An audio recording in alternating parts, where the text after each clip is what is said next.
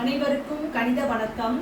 இப்போ பார்க்க போகிற கணக்கு 7ஆம் வகுப்புக்குரியது. எண்ணியல் பாடத்தில் முழுக்களை வைத்து அடிப்படை கணக்குகளில், அடிப்படை செயல்பாடுகளில் வாழ்வியல் கணக்குகள், அன்றாடம் வாழ்க்கையில் பயன்படுத்தக்கூடிய கணக்குகளை ஒரு எடுத்துக்காட்டு கணக்கை இப்போ பார்க்க போகிறோம். எடுத்துக்காட்டு 1.29. ஆழ்துளை கிணறு தோண்டும் வேலையாட்கள் ஒரு நாளில் 22 அடிகள் துளையிடுகிறார்கள் எனில் 110 அடிகள் ஆழத்தில் உள்ள நீரோட்டத்தை அடைய எத்தனை நாட்கள் ஆகும் அப்படின்னு சொல்லி கணக்கு கொடுக்கப்பட்டிருக்கு.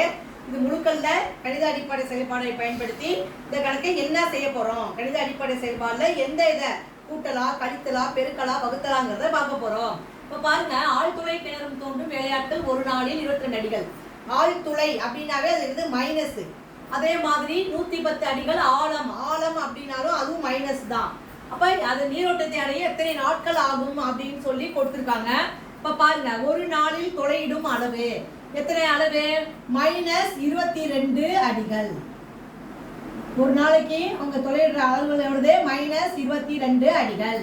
நீரினுடைய ஆழம் எவ்வளவு? 110 அடிகள். -110 அடிகள்.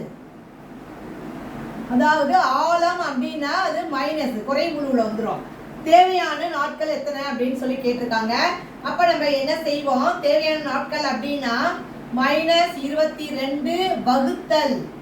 அப்ப வகுத்தாதான் நம்ம என்ன பண்ணுவோம்? -110 வகுத்தல் -22. அதாவது இந்த கணக்கை பொறுத்த வரைக்கும் நாட்கள் தேவை எத்தனைன்னு கேட்டிருக்காங்க. அப்ப நம்ம என்ன செய்யணும்? கொடுக்கப்பட்ட அளவுகளை வகுத்தல் அடிப்படை செயல்பாடை பயன்படுத்த போறோம். இப்ப பாருங்க, -110 டிவைடட் பை -22.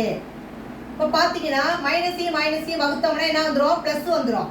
இது வந்து 11ஆம் வாய்ப்பால அடிக்கலாம். 2 11 22, 4 11 11 10. 10 2 அடிக்கலாம். 4 2 2, I 2 10. அப்ப வரக்கூடிய விடை 5. அப்ப என்ன கேள்வி கேட்டிருக்காங்க பாருங்க. ஆகவே ஆழ்துளை கிணறு தோண்டும் வேலையாட்கள் நீரோட்டத்தை அடைய தேவையான நாட்கள் எத்தனை? 5. இந்த கணக்குக்குரிய விடை வந்து 5 + 5.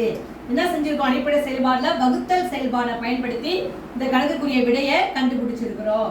புரிஞ்சுங்களா?